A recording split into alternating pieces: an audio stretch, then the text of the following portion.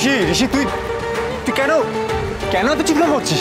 হ্যাঁ, আচ্ছা খেয়ালির সঙ্গে তোর বিয়ে হলে ও তো ডিসিশন নিতে পারে নাকি? ও তো অন্যায় কিছু বলেনি।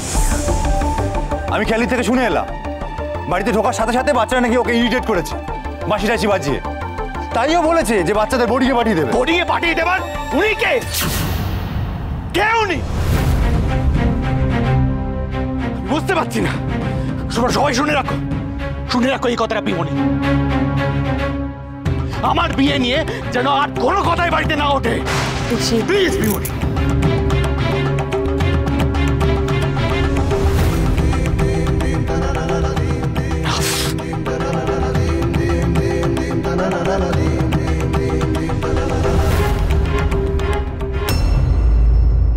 কংসু মামা আমাদের জন্য অনেক ট্রাভেলে পড়ে গেছে, তাই না? আমরা তো চলে যেতেই চেয়েছিলাম, আমাদের ফিরিয়ে আনলো কেন? নিম পাতা জুস দিতে।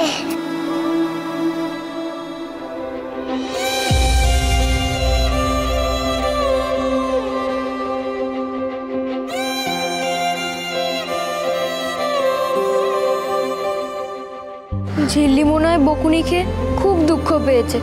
কাউকে দুঃখ দিলে সরি বলতে হয়। প্লিজ আপনি আমার কথাটা একটু শুনুন। উনি বাচ্চাদের। তুই চুপ করো তো।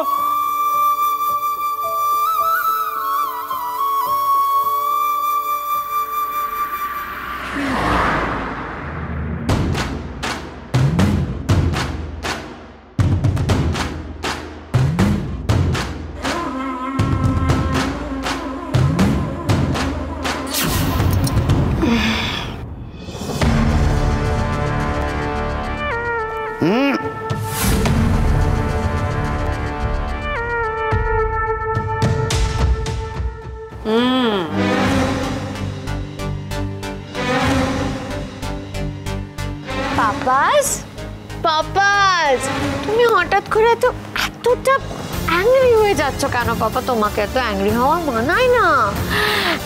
এতটা টেনশন করো না পাপা। তুমি একজন সমাজ সেবক। অ্যাঙ্গার তো আমার হওয়ার কথা, তাই না? সেটা তো হবো। সুইট পাপাস, তেঁতুলটা পাতাসে আমি তো বউ হয়ে যাচ্ছি। তারপর তো আসল খেলা। তারপর না থাকবে ওই আয়াসটা, আর না থাকবে বাচ্চাগুলো। করেক্ট। আমাদের বেবির কিন্তু অনেক বুদ্ধি আছে। যা বোঝে না একদম ঠিক কথা বলছে। সে তো বুঝলাম বেবি, কিন্তু এভাবে লাড্ডু খাইয়ে তোমাকে অপমান করলো, সেটা কি হবে? লাড্ডুস, রাইট পাপা, লাড্ডুস। ওই লাড্ডুস কা বদলা তো আমি লাড্ডুস দিয়েই নেব। তেঁতুল পাতা সোম থেকে রবি প্রতিদিন সন্ধ্যে ৬টায় স্টার জলসায় ও ডিজনি প্লাস হটস্টারে।